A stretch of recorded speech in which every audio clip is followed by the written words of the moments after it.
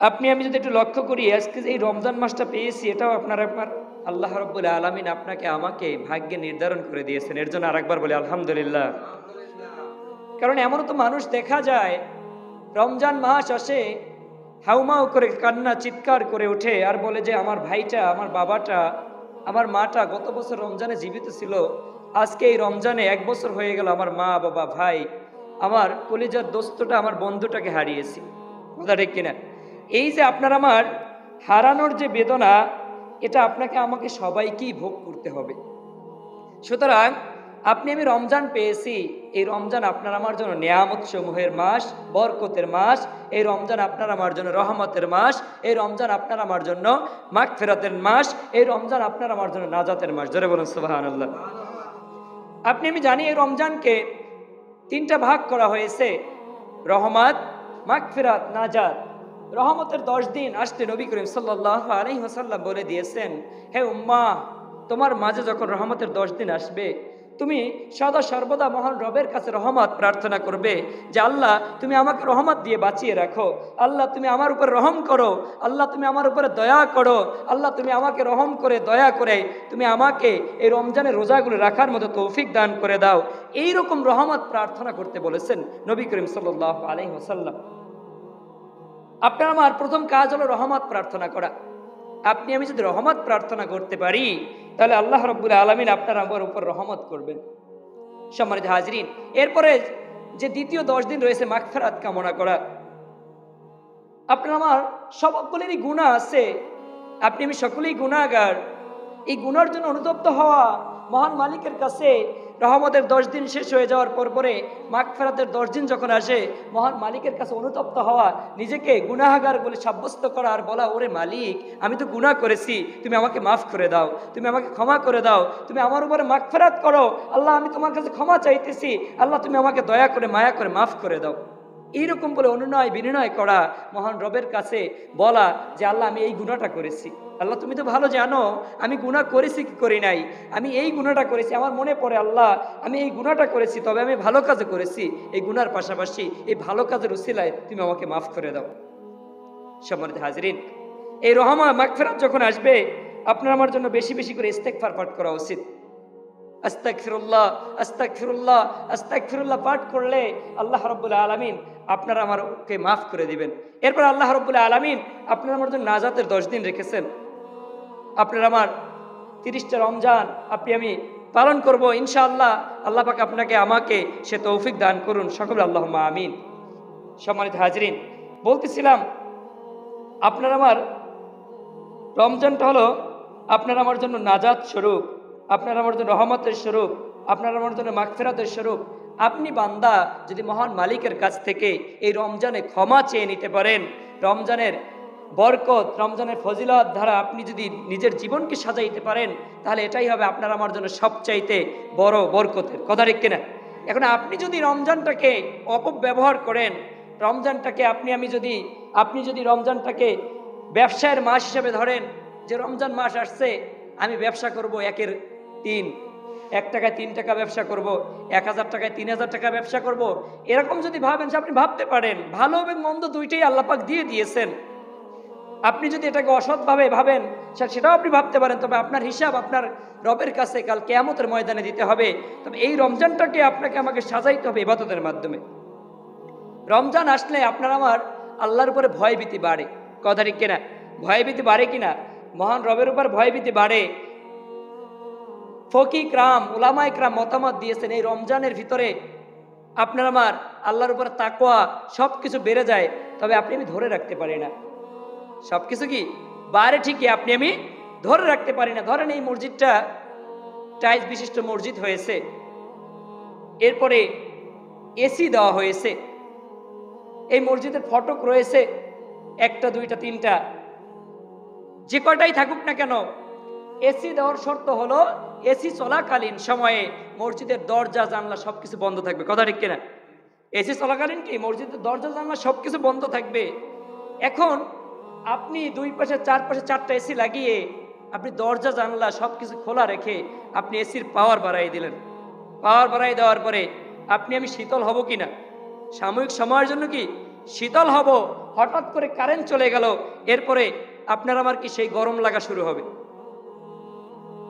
আপনার আমার কি গরম লাগা শুরু হবে? তেমনি ভাবে আপনি যদি দরজা জানলা সব কিছু আটকাইয়া আপনি যদি এসি ছেড়ে দেন, 2 মিনিট যদি এসি চলার পরে আপনার আমার যদি কারেন্টও চলে যায়, তারপরে কিন্তু ওই 2 মিনিট ফুল পাওয়ারে এসি চালানোর কারণে আপনার আমার পুরো 1 থেকে 1.5 ঘন্টা আপনার আমার শীতল অবস্থায় ঠান্ডা অবস্থায় থাকা যাবে। কথা ঠিক কিনা?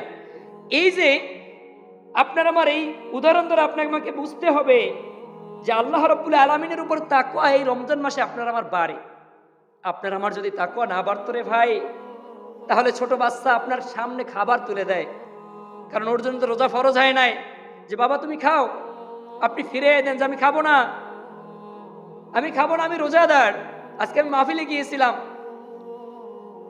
মাদ্রাসার ছাত্র ছোট একটা আছে, হুজুর আজকে যদি রোজা না থাকতাম তাহলে আমি মনে হয় 500 টাকা খাইয়ে ফেলাইতাম, এত খাওয়ান আমার সামনে, আমি রোজা, আমি এই জন্য খেতে পারতেছি না। আমি চিন্তা করলাম আপনার আমার আল্লাহর উপর ভয় বাড়ে ঠিকই, কিন্তু আমি ধরে রাখতে পারি না। ওই যে আপনার আমার দরজা জানলা খুলে এসি ছাড়লে যেরকম হয়, আপনার আমার ভয়টা ওই রকম হয়, কিন্তু ধরে রাখতে পারি না। আপনি আমি রোজা ঠিকই রাখি জীবন দশায়, কিন্তু আপনার আমার সব কিছু খোলা থাকে। কিরকম? যে ফকিহ গ্রাম উলামায়ে কেরাম 6টা বিষয়কে প্রাধান্য দিয়েছেন যে একজন রোজাদার ব্যক্তি এই 6টা শর্ত মেনে যদি রোজা রাখতে পারে, তাহলে তার রোজাটা আল্লাহ রাব্বুল আলামিনের কাছে মকবুল রোজা হবে, কবুলিয়াতের রোজা হবে, আল্লাহ রাব্বুল আলামিনের কাছে গুরুত্বপূর্ণ রোজা হবে। প্রথমত চোখের হেফাজত। রোজাদার অবস্থায় কি চোখের হেফাজত, যেটা আপনার আমার রোজাদার ব্যক্তির দিকে তাকাইলেই আপনি আমি দেখতে পারি। আপনি আমি রোজা রাখি ঠিকই, কিন্তু আপনার আমার চোখের হেফাজত হয় না।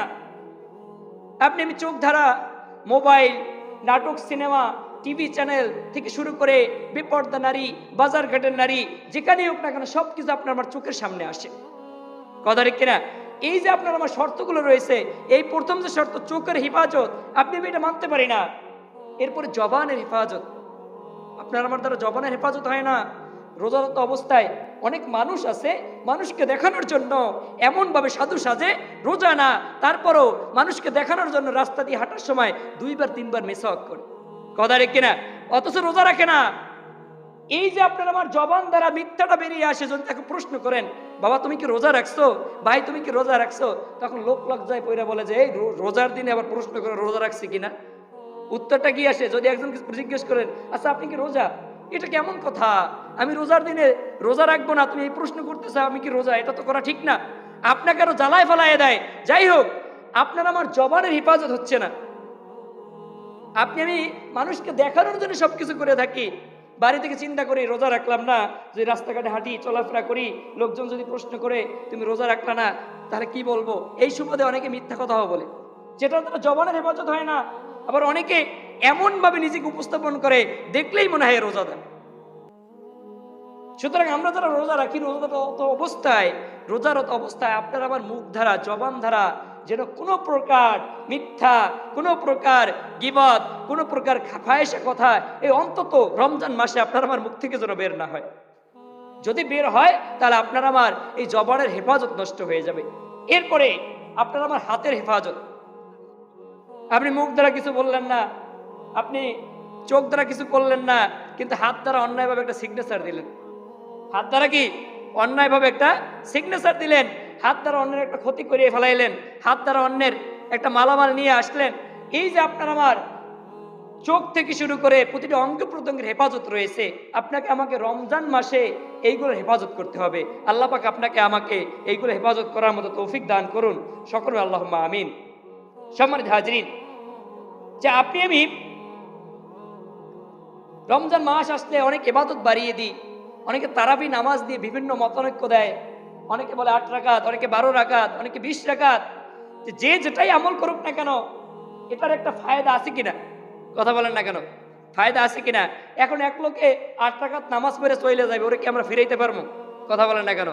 এখন যদি ও দাঁড়াইয়া বলে যে 8 রাকাতই পড়তে হবে, তখন ওর সাথে বোঝাপড়া আছে। কথা ঠিক কিনা?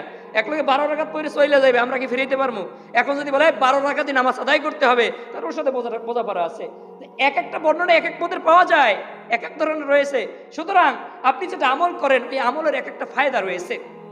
আপনি আমি তারাবির নামাজ আদায় করি, বিশ্বনবী সাল্লাল্লাহু আলাইহি ওয়াসাল্লাম তার হাদিসের ভিতরে বর্ণনা করে দিয়েছেন, যে বান্দা তারাবির নামাজ পড়বে তার এক সেজদায় ১৫০০ সওয়াব পাওয়া যাবে। জোরে বলুন সুবহানাল্লাহ।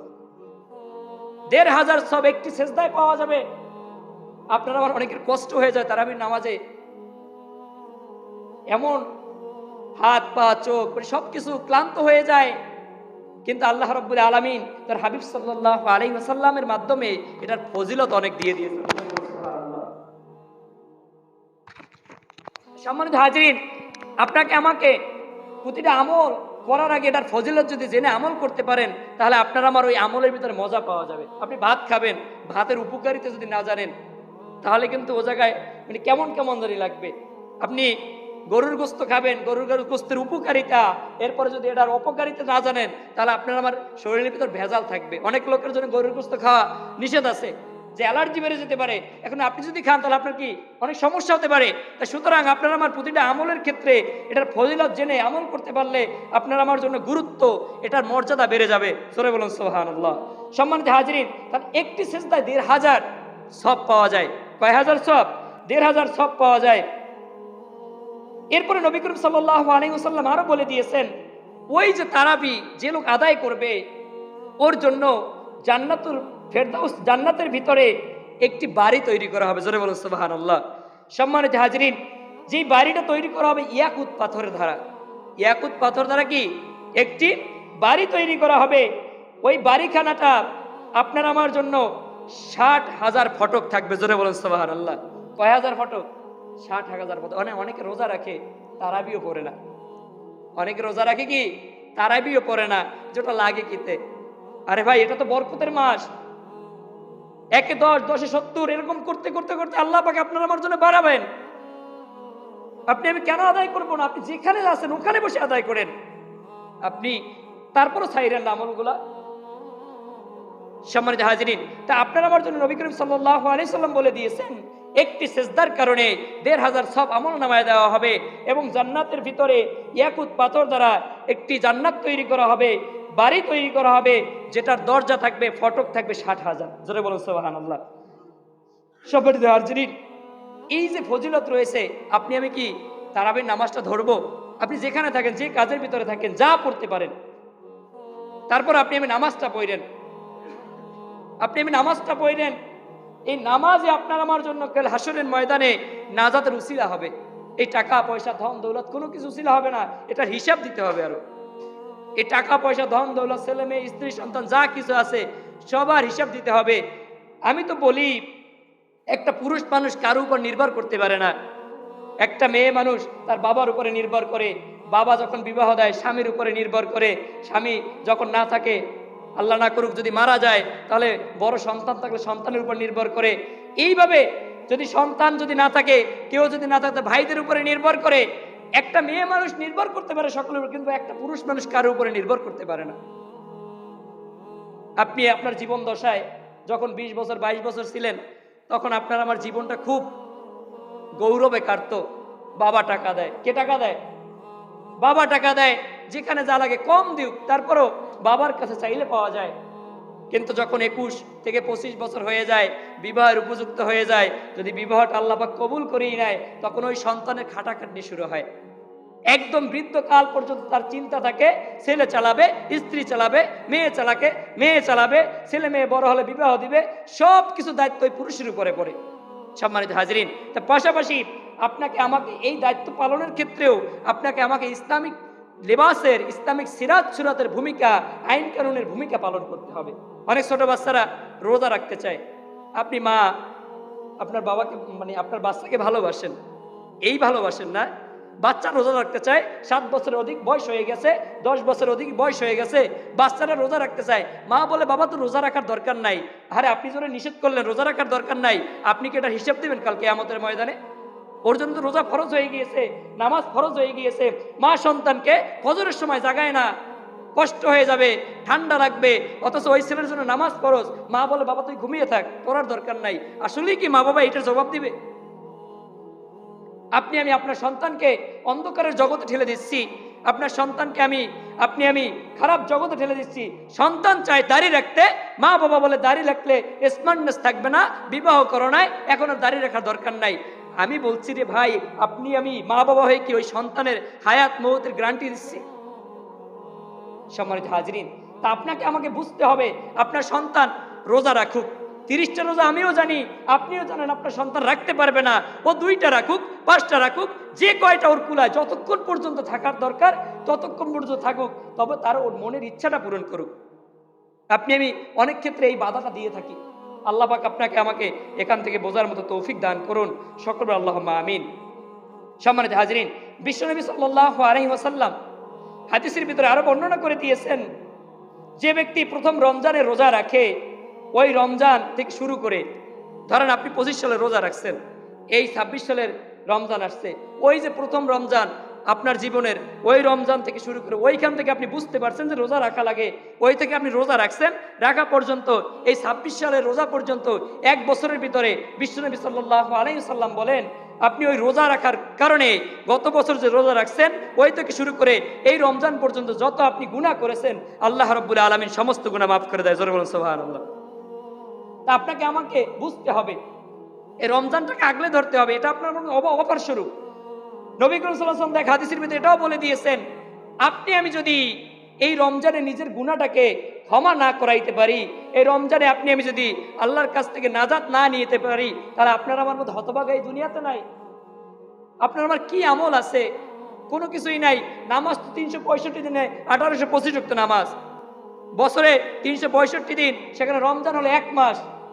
আপনি আমি 1 মাস যদি রোজা রাখতে পারি, 1 মাস যদি রমজানে রোজা রাখতে পারি, তাহলে আল্লাহ রাব্বুল আলামিন আপনাকে আমাকে মুত্তাকি বান্দা হিসেবে কবুল আর মঞ্জুর করে নেবেন। জোরে বলুন সুবহানাল্লাহ। সম্মানিত হাজিরিন, আপনাকে আমার আমল করতে হবে, আপনাকে আমাকে আমলকে আগলাই ধরতে হবে, বেশি বেশি করে দুরূদ শরীফ পাঠ করতে হবে।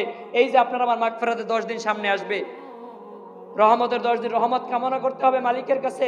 আপনি আমি সময় দিতে পারি না, মালিক কিভাবে রহমত করবেন? যা করে এটাই তো অনেক, সত্য কথা যেটা, যা করে এটাই তো অনেক। জুমার নামাজ আপনার আমার জন্য ফরজ নামাজ, যেটা আপনার আমার জন্য অনেক ফজিলতের পূর্ণ, আপনি আমি জানি, কিন্তু আপনি আমি ঠিকমতো আসতে পারি না, ঠিকমতো আসতে পারি না। এমন সময় আসি শেষ সময়, অথচ আপনি এখানে আইসা যদি আপনি আমি যদি ইতিকাফের নিয়তে বসে থাকেন যে আমি কোনো কথা বলবো না, আমি 1 ঘন্টা 1.5 ঘন্টা 2 ঘন্টা ইতিকাফ করবো আল্লাহর জন্য, আল্লাহর সন্তুষ্টির জন্য, এটারও ফজিলত রয়েছে। কিন্তু আপনি আমি এটাকে সাপ্তাহিক হিসেবে ধরে নিয়েছি যে সপ্তাহের দিন হাজিরা দিয়ে আসবো, কিন্তু এটা তো ফায়দা না। আপনার আমার দিলের টান থাকতে হবে, আপনার আমার দিলের টান থাকতে হবে। আপনি আমি প্রতি সপ্তাহের ভিতরে বৃহস্পতিবার একটু ছুটি পাই, যেমন আমি মাদ্রাসা চাকরি করি, বৃহস্পতিবার একটু ছুটি পাই। কিরকম? 11টা ছুটি দেয়, আগেই প্ল্যান থাকে যে আমি বৃহস্পতিবার যাই একটু বাজার করব। হুজুর ছুটি না দিলেও বলে আমার বাজার করা লাগবে, ওই যে প্ল্যান। কিন্তু আপনি আমি কাজের ক্ষেত্রে এটা খাটাইতে পারি, কিন্তু আমলের ক্ষেত্রে আপনার আবার খাটানো হয় না। আপনি আমি নিয়ত করতে পারি না যে আমি শুক্রবার 1টা ঘন্টা মহান রবের জন্য দিব, যেটা 1টা ঘন্টা অনলি, সপ্তাহের ভিতরে 1টা ঘন্টা, মাসের ভিতরে 4টা ঘন্টা আল্লাহর জন্য দিব। ওই 1 ঘন্টায় যত পারি ইবাদত করব, ওই 1 ঘন্টায় যত পারি মহান রবকে ডাকবো, ওই 1 ঘন্টায় যত পারি মহান রবের উপর দুরূদ করব, নবীর উপর দুরূদ ও সালাম দিব, যা পারি আমল করব। এইটা আপনার আমার নিয়ত থাকতে পারে না। আপনি আমি তো ছুটির দিন অনেক প্ল্যান করি, আজকে ঘুরতে যেতে হবে, আজকে আমার অমুক বাড়িতে যেতে হবে, আমার ওয়াদা দেওয়া, কথা দেওয়া। অথচ আপনি তো রবের কাছে ওয়াদা দিয়েছিলেন, ইয়া রব আলাস্তু বিরব্বিকুম, তুমি আমার প্রভু, তুমি আমার প্রভু, তুমি আমাকে যা বলবো আমি তাই শুনবো। এই ওয়াদা দিয়ে আপনি আমি দুনিয়াতে আসছি, কিন্তু আপনি আমি এটা আমলে বাস্তবায়ন করি না।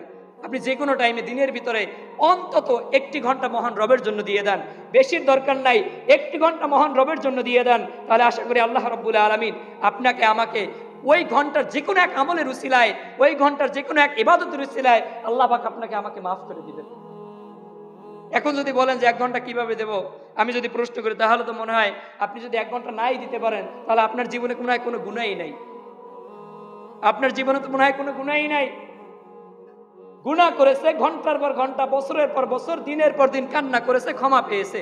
এমনকি আমাদের আদি পিতা আদম আলাইহিস সালাতু ওয়াস সালাম গুনাহ করেছেন, কানতে কানতে কানতে কানতে 350 বছরের অধিক পরিমাণ কান্না করে আল্লাহ রাব্বুল আলামিন তাকে ক্ষমা দিয়েছেন। আপনাকে আমাকে মহান রবের কাছে কান্না করতে হবে।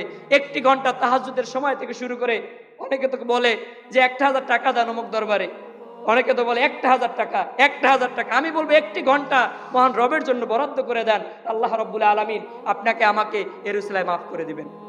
সম্মানিত হাজরিন, যেহেতু রমজান মাস আপনার আমার জন্য অধিক গুরুত্বপূর্ণের মাস, যে যাই জানেন, যে যেভাবেই জানেন আপনি সেইভাবেই আমল করেন। আপনার আমার আমল সকলেরই জানা, কিন্তু ওই বাস্তবায়নের ভিতরে নাই। তা আপনি আমি যেভাবেই জানি, যতটুকু জানি ওইটা তারা আমল করি। কাজ করতেছেন, জিকিরটা জারি রাখেন। আপনি আমি হাঁটতেছেন, দূরত্বটা জারি রাখেন। আপনার মানুষের দেখা হচ্ছে, একজন মুসলমানকে সাথে দেখা হয়, সালামটা দেন, কিন্তু সালামটা যেন আবার